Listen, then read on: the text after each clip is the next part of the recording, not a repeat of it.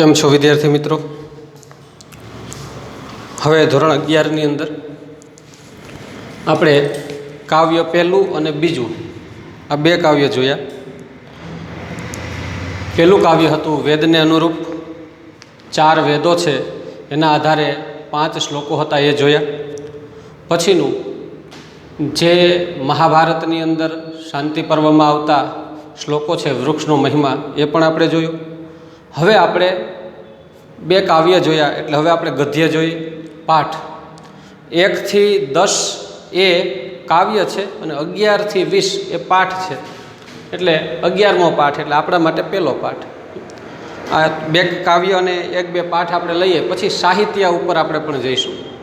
સાહિત્યની અંદર તમારે વાર્તાઓ છે એ સાંભળવાની થશે. ધોરણ 10ની અંદર તમે ભાસના નાટકો ભણ્યા હતા, જેમાં ઘટોત્કચવાળો પાઠ જનાર્દનસ્ય પશ્ચિમ સંદેશ એ હું સ્ટોરી છે એ પણ આખી મહાકવિ ભાસના 13 રૂપકો છે, 13 નાટકો છે એ આપણે ભણવાના છે. આગળ જતા કાલિદાસના પણ 3 નાટકો એ પણ ભણવાના છે. પંચતંત્રની વાર્તાઓ ભણવાની છે. વેદો વિશેની માહિતી ભણવાની છે.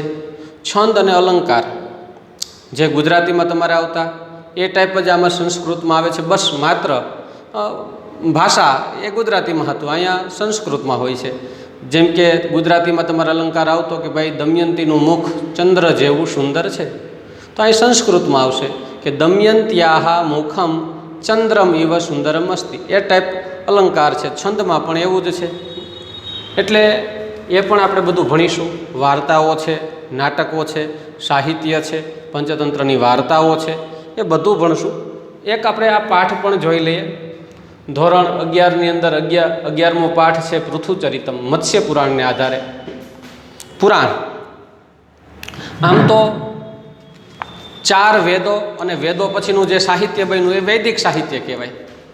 પછી સંસ્કૃત સાહિત્યમાં રામાયણ છે એ મહાકાવ્ય છે અને વેદવ્યાસે તે પછી રચનાઓ કરી છે એ છે 18 પુરાણ અને 1 મહાભારત.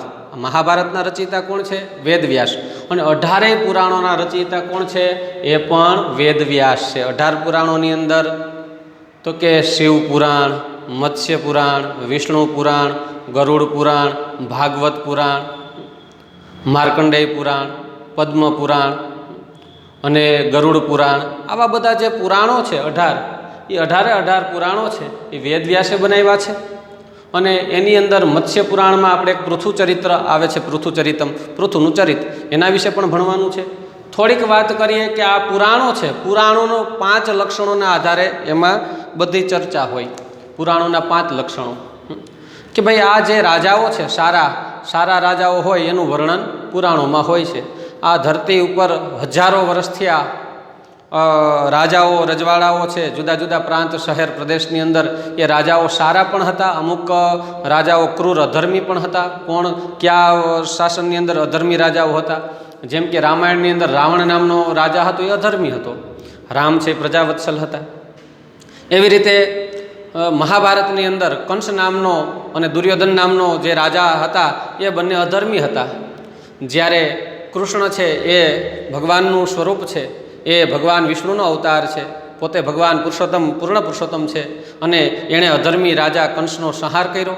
આ બાજુ અનીતિથી ચાલનારો દુર્યોધન છે, એને દૂર કરવા માટે પાંડવો છે એણે કૃષ્ણનો સહારો લીધો અને ભગવાન શ્રી કૃષ્ણએ એને પણ એ અધર્મ છે એ દૂર કરાવ્યો.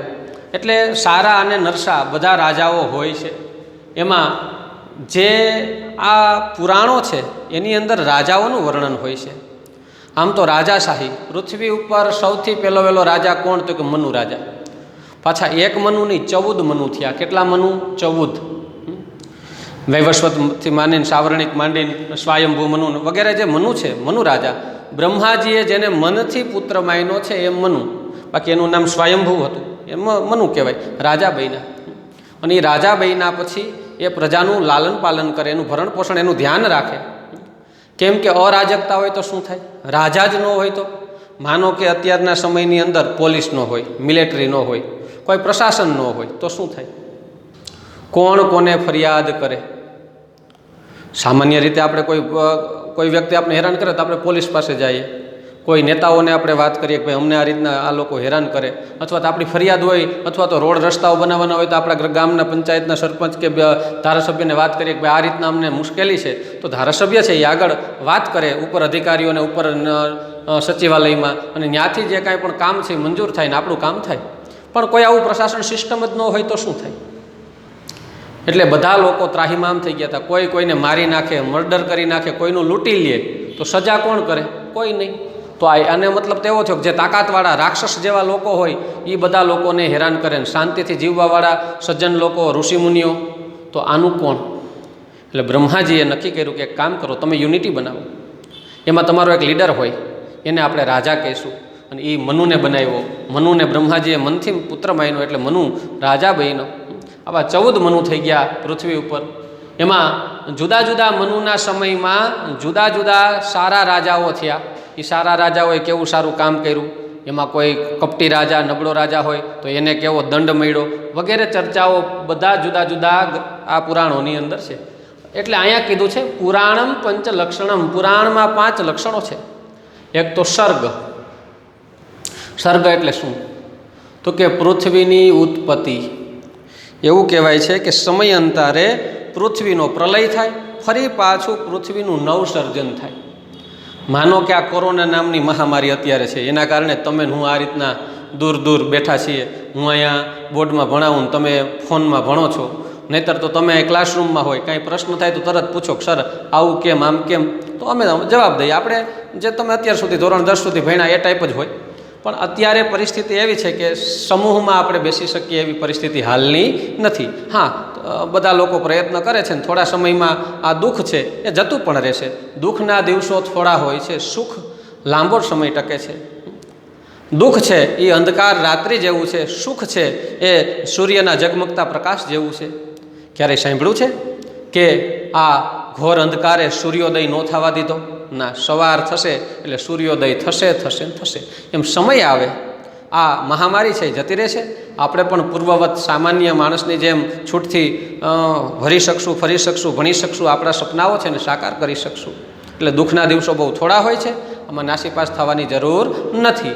અને ઘણીવાર તો મહામારી એટલી બધી વધી જાય છે કે ઘણું ખરું નુકસાન થઈ જાય. પછી લોકોને સમજણ આવે કે આપણી ભૂલો ક્યાં હતી, કઈ કઈ બાબતમાં આપણે થાપ ખાધો છે, તો એને સુધારીએ.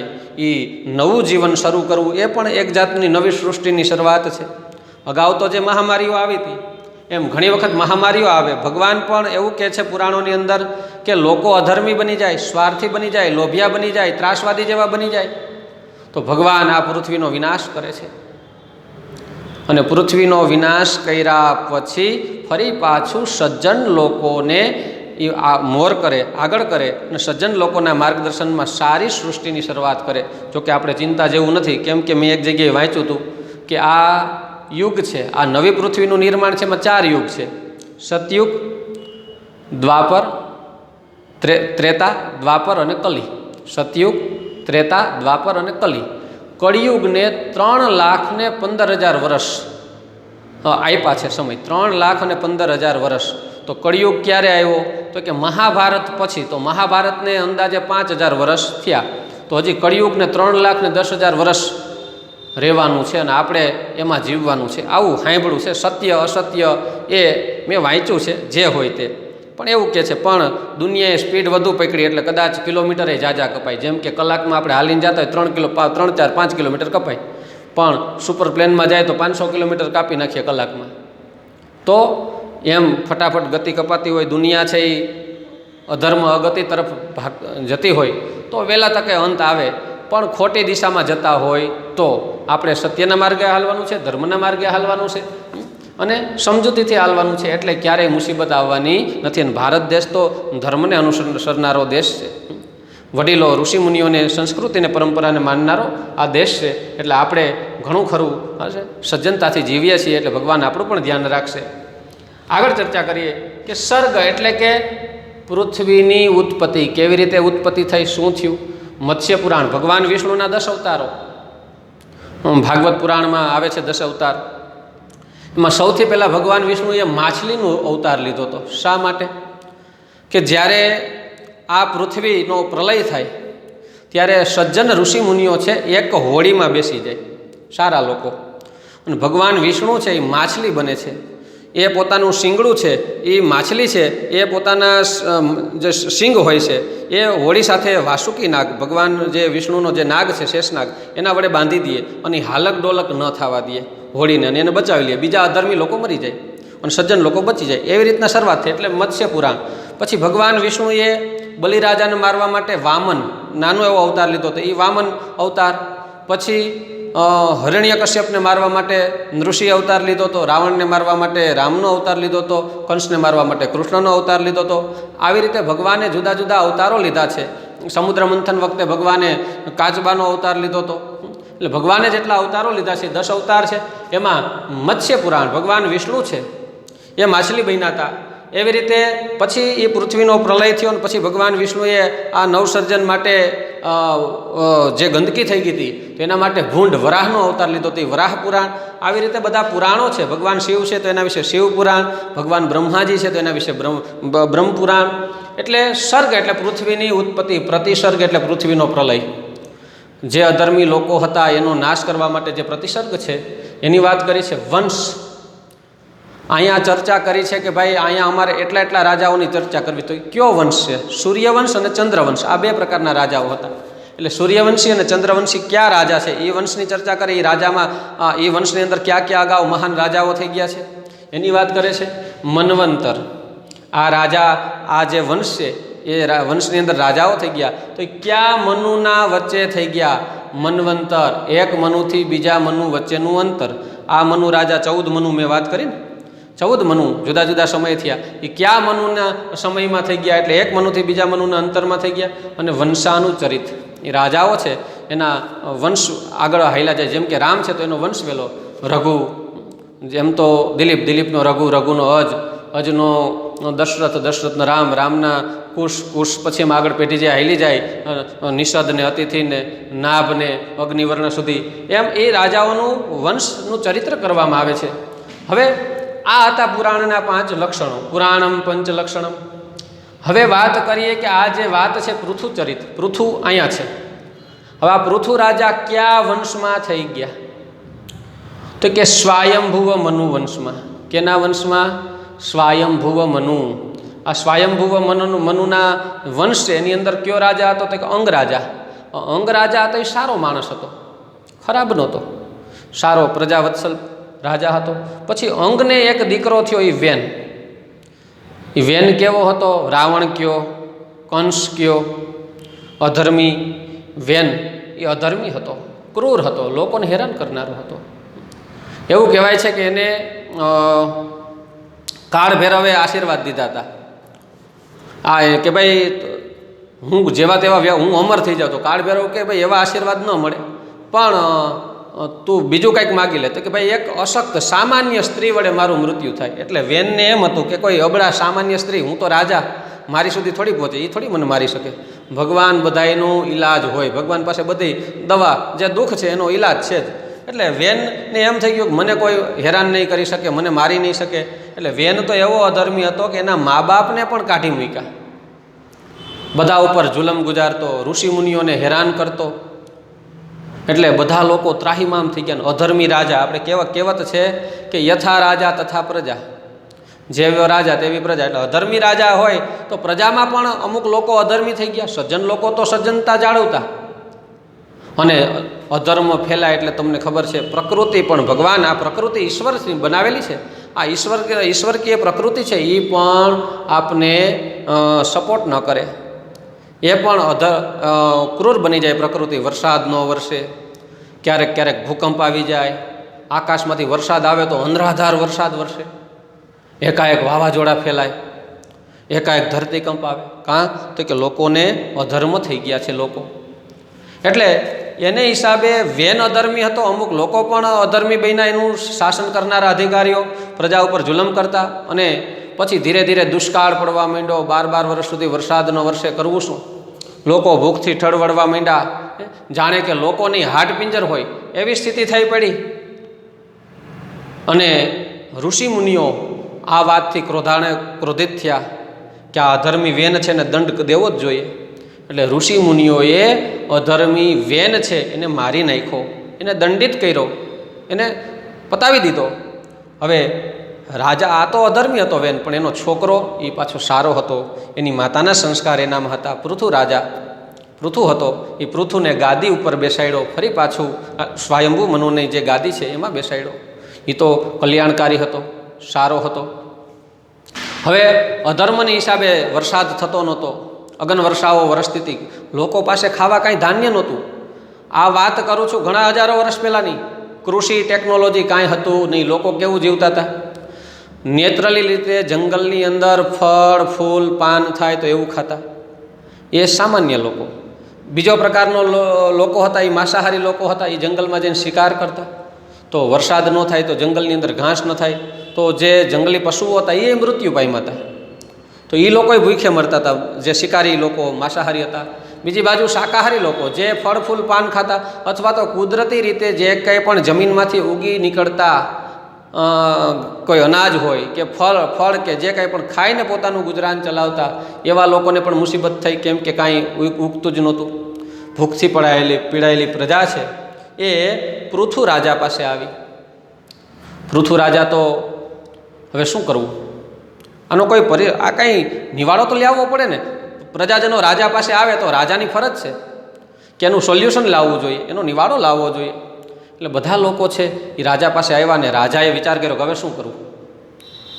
એટલે રાજાએ વિચાર કર્યો કે આ ધરતીમાં કાંઈ થતું નથી, ઉગતું જ નથી. ઘણા સમય થયા. ઉગે તો કેવું કાંટાળી વનસ્પતિને ઉગે તો એક કામ કરું, આ ધરતીને હળગાવી નાખું. આવી ધરતી હોય કાંઈ ઉત્પાદન દેતી નથી, લોકોને જીવવું કેમ? એટલે રાજા છે એ ધરતીને હળગાવવા માટે તૈયાર થયો, પૃથુ રાજા. એટલે ધરતી માતા છે એણે ગાયનું સ્વરૂપ લીધું, ગૌ માતા ગાયનું સ્વરૂપ લીધું. અને ગાયનું સ્વરૂપ લઈ અને ભાગી અને પૃથુ રાજા એની પાછળ દોડ્યા. હવે તમને પ્રશ્ન એ થશે કે આ ધરતી માતા પોતે ગાય બની ગઈ તો પૃથુ રાજા હાલતા હતા ક્યાં? બધા લોકો જીવતા હતા ક્યાં? આ એક રૂપક છે, હમણાં આગળ બીજું સમજાવીશ. ધરતી માતાએ ગાયનું રૂપ લીધું અને ગાયનું રૂપ લઈને ભાગી ધરતી માતા. પૃથુ રાજા એની પાછળ દોડ્યા. છેવટે એક જગ્યાએ ધરતી માતા ગાય છે, ધરતી માતા જે ગાય બન્યા હતા એ ઊભા રહ્યા. અને પૃથુ રાજાને કીધું કે ભાઈ શું કરવા તું મારી પાછળ દોડશો? શું કરવું? તો કે આ પ્રજાનું હિત થાય, પ્રજાના પેટનું પોષણ થાય એવું તું કંઈક કર હે માતા. ગાયે કીધું તથાસ્તુ, એક કામ કર, તું મને દોહી લે. અને ગાય ઊભી રહે એટલે પૃથુ રાજાએ ગાયનું દોહન કર્યું અને દોહન સ્વરૂપે દૂધ નીકળ્યું અને દૂધ છે એ પ્રજાને આપ્યું. એટલે પ્રજાએ છે એ દૂધ પીધું અને એની ભૂખ અને તરસ બંને દૂર થઈ. આ એક રૂપક છે. હવે ધરતી છે ગાયનું રૂપ બનીને આગળ જાય અને એવી કોઈ કલ્પના કોઈ આપને તમને મને કોઈ ગળે ન ઉતરે, પણ એક જે તે સમયે આવી એક કાલ્પનિક વાત હોય. પણ આમાં સમજવાનું શું છે? આ રૂપકમાંથી ગાય એટલે કે જમીન, ખેતી. રાજા એટલે કે ગોવાળ, ખેડૂત. રાજા જેવી રીતે રાજાની ધરતી છે. ધરતી એટલે કોણ? તો કે જમીન બરાબર, ખેતી. એટલે ખેતીને શું ગણવાનું? તો ગાય. ખેતીનું જેમ આપણે ખેતી કરીએ અને ઉત્પાદન થાય એમ ગાય છે અને પશુપાલન આપણે એને ચરાવીએ એટલે એ દૂધ આપે અને જમીન છે એ આપણે ધાન્ય આપે. જેવી રીતે રાજા છે એ ધરતીનો માલિક કહેવાય, ખેડૂત કહેવાય, એમાં ગાયનું પાલન પોષણ કોણ કરે? તો કે ગોવાળ. ગોવાળ છે એ સવાર અને સાંજ બે ટાઈમ દૂધને દોહે. એવી રીતે ખેડૂત પણ છે એ બે ઋતુમાં જમીનને ખેડે, એક ચોમાસામાં અને શિયાળામાં. જે કૂવાઓ દ્વારા કે જે તે સમયે મશીનરી નહોતી, ઇલેક્ટ્રિસિટી આ મોટરને એવું કાંઈ નહોતું, તો શું કરવાનું? કોષ દ્વારા બળદ દ્વારા કૂવામાં પાણી જે મશક ચામડાનું કોથળી હોય એને ઉતારી અને સિંચન કરવાનું, જેથી શિયાળામાં પણ ધાન્ય થાય, પોતાને જરૂર પૂરતા પશુઓને નિરણચારો થાય અને પોતાનું પણ ધાન્ય થાય અને જરૂરી શાકભાજીને થાય. લોકોનું જીવન જીવી જતું. 8 મહિનાને કાઢવાનું હોય તો નીકળી જતા. અને ચોમાસામાં તો કુદરતી વરસાદ આવે એટલે ગમે ત્યાં ધાર ઉપર વાવ્યું હોય તો ત્યાં થતું. એટલે આવી સ્થિતિ. એટલે કહેવાની વાત એ છે કે જેમ ગાયનું દોહન કરીએ એમ ખેતીને પણ ખેડતા શીખવું જોશે. કુદરતી આમ તમે જોવા જાઓ તો જંગલની અંદર જાઓ તો આપણું ભરણ પોષણ થઈ જાય. તમે કોઈ પણ જંગલમાં જાઓ તો ત્યાં સિઝનેબલ અમુક જંગલી વૃક્ષો હોય તો એમાં ફળ હોય. જુદા જુદા સમયે જુદા જુદા વૃક્ષોમાં ફળ આવતા હોય, તો જે તે સમયે માનવની સંખ્યા પણ ઓછી હતી. અત્યારે તો મનુષ્યો વાત પૂછોમાં, ભારતમાં 130 કરોડ તો છે જ, એમાં ફાઇન ના નહીં. 125 કરોડ તો 100%, એમાં કોઈ ના જ ન પાડી શકે. બીજા કોઈ આડા આવડા હમણાં કોરોનામાં કંઈ થઈ ગયા હોય તો વાત જુદી છે, પણ 125 કરોડ તો ફાઇનલ. અને હમણાં લેટેસ્ટ વસ્તી ગણતરી થાય ને ત્યારે આ આંકડો કદાચ આપણી આંખે પોળી ન થઈ જાય તોય નવાય નહીં કે 140ની કે 145ની આજુબાજુ નથી પહોંચી ગયા. એટલે વસ્તી પણ એટલી છે. ત્યારે એટલી બધી વસ્તી નહોતી અને જંગલની અંદર અને ચારે બાજુ જંગલ હતા, તો લોકો ગમે એમ કરીને પોતાનું ગુજરાન ચલાવવા માટે ગમે એ ખાઈ લેતા. એવા લોકો સરળ હતા. અત્યારે તો પાણીપુરી ને પીઝા ને ચાઇનીઝ ને પંજાબી ને સેન્ડવિચ ને આવું બધું આપણે સારું સારું ખાવા જોઈએ. ત્યારે એવું કંઈ હતું નહીં. ત્યારે ખોરાક માટે શું હતું તો પૃથ્વીરાજાએ શીખવું છે કે તમે પશુઓનું દૂધ તો દોઈને પી લ્યો, હાલો, તો એમાં દૂધ, દહીં, ઘી, છાશ, માખણ એ હાલે, પણ સાથે ધાન્ય ભેગું કરવું હોય શું કરો? આખા વર્ષનું ધાન્ય તમે ખેતી કરો, મહેનત કરો, આખો દી નવરા બેસવા. ત્યારે તો ટેકનોલોજી હતી નહીં, એટલો બધો અભ્યાસનું મહત્ત્વ નહોતું કે ભાઈ બધા લોકો ભણવા જ નીકળી જાય, એવું હતું નહીં. તો નવરા બેસીને શું કરવું? જીવવું તો ખરા ને. તો કે એક કામ કરો, તમે બધા છે એ આ ખેતીને ખેડો. તો ટ્રેક્ટરને ટેકનોલોજી હતી નહીં, તો બળદને ટ્રેનિંગ આપો. જે પશુઓ છે, ગાયનો જે વાછડો છે એને તમે ટ્રેનિંગ આપો. એને તમે ઘાસ ચારો, પોતાના દીકરાની જેમ એને તમે ઉછેર કરો, પોતાના દીકરાની જેમ તમે થોડુંક એની કાળજી રાખો. એટલે એ બળદ છે એ ખેતી છે એ ખેડવા લાગશે. અને એમાં તમે બિયારણ વાવો.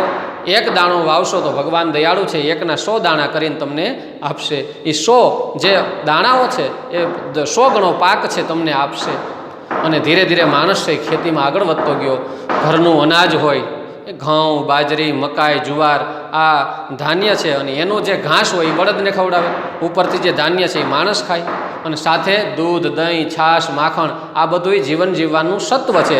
એ અનાજ અને દૂધ, દહીં છે એ લોકો ખાય એટલે એનું જીવન જીવવા માંડ્યું. ધીરે ધીરે ખેતી આગળ વધવા લાગી. એટલે પૃથ્વીરાજાએ ખેતી અને સાથે પશુપાલન આ બંનેનું મિશ્રણ કરી અને આગળ લોકોને ક્રાંતિ સુજાડી છે. એવું આપણે આમાંથી આ સમજવાનું છે પૃથુચરિતમાંથી. આગળ આપણે આ જોઈએ, પછી આપણે આ પાઠની ચર્ચા કરીએ. આ તમારી પાસે ટેક્સ્ટ બુક કદાચ નહીં પણ હોય, કેમ કે સંસ્કૃતની ટેક્સ્ટ બુક ત્યારે નહોતી આવી. હવે બીજું કે આ જે છે એનું તમને